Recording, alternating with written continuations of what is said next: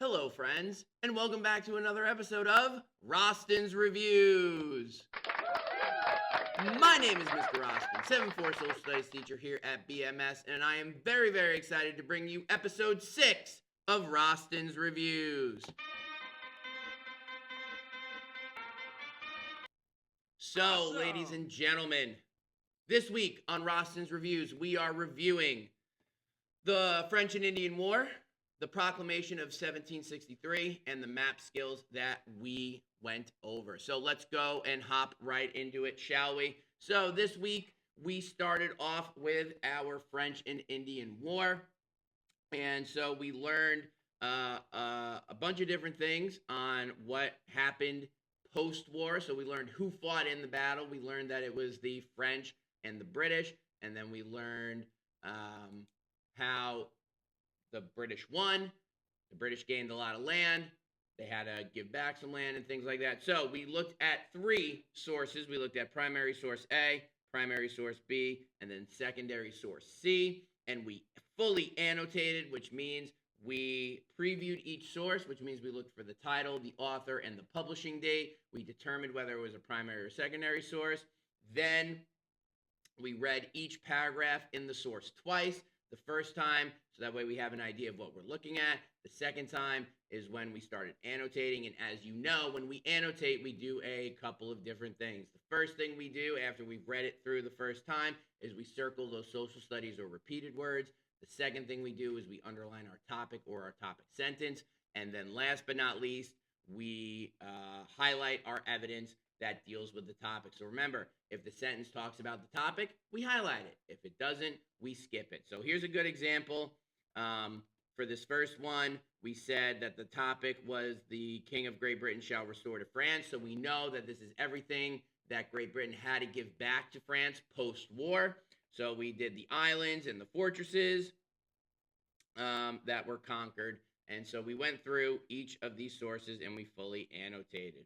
Once we did that, we dove right into, after we did that, we looked at the 5 W's of the French and Indian War. So we answered that. We found 6 pieces of evidence using our text to help us show why the British were upset and why the colonists were upset. And then for homework, you wrote a race or Peel paragraph using text evidence to support your answer about who had more reason to be upset. And I provided you these 2 sentence starters before you started. So we had the British had more of a reason to be upset after the French and Indian War because you gave your reason, you cited your text evidence, and then you explained it and linked it, or you restated the question, you answered it, you gave your piece of evidence and explained, right? So remember, every time we write in social studies, we're either doing race or Peel. All right, very good. And then to end our week, we did the Proclamation of 1763. We learned that the British Parliament decided to draw a line at the Appalachian Mountains, so that way colonists could not move westward. The reasoning behind it was they said that they were protecting them. However, the colonists thought after participating in the French and Indian War and being a huge part of it, that they deserved some sort of compensation. And so the land was what they wanted to be compensated for. So we learned about, in one of our video resources, we learned about how George Washington had crossed the line and he had made some claims because he thought that the proclamation would eventually go away. And he wanted to make sure that he had the right to get that land. So what we did on our map is a few things. We labeled all of the 13 colonies, and we noticed that this went from south to north.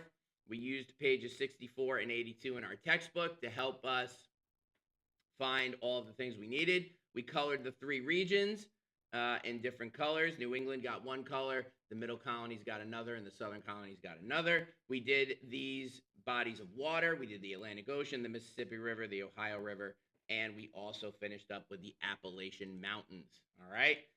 Today in class, you are hopefully, knock on wood, answering these questions in TTQA format, hopefully.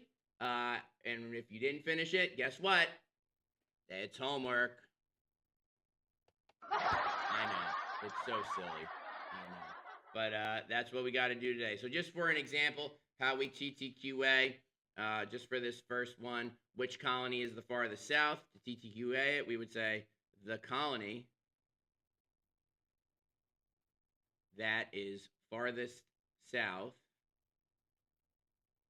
is, and then we would answer it, and we all know that the answer is... At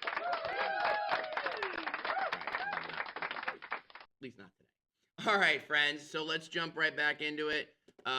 It was a great week here at BMS. We had yesterday off, so to those of you who celebrated Yom Kippur, I hope it was an easy fast. I hope you got some time to reflect and ask for forgiveness and get yourself sealed in the book of life. For those of you who just had a normal day off, I hope you used it to your advantage. It was really nice outside, so I hope you got out there and did some fun stuff. As far as important announcements go, I got nothing this week. We pretty much hit everything that we needed to. We're on the right path. Oh, there is one important announcement. If you are watching this on Friday, today is a day 5B. We are going to be doing 5B again on Monday. Don't ask me why, because I honestly, I mean, I do know, but it's really unimportant as to why we're doing it. It's just we're doing it. So make sure that you remember that it's a day 5B again on Monday. All right, friends. It's been a great week here at BMS. I hope you all take some time this weekend, get outside, run around, ride your bike, play some baseball, little fall ball action this weekend. You know, your boy, Mr. Rosten, is going to be coaching a doubleheader this weekend. My 5-6 team at 10 and then my 9-10 team at 12:30. Go outside, have some fun, recharge the batteries, come back on Monday 110% because you know Rosten is bringing the heat in social studies class. I hope you all have a great, great weekend. And remember, be kind to one another. Peace be with you and with you. Mr. Rosten, out.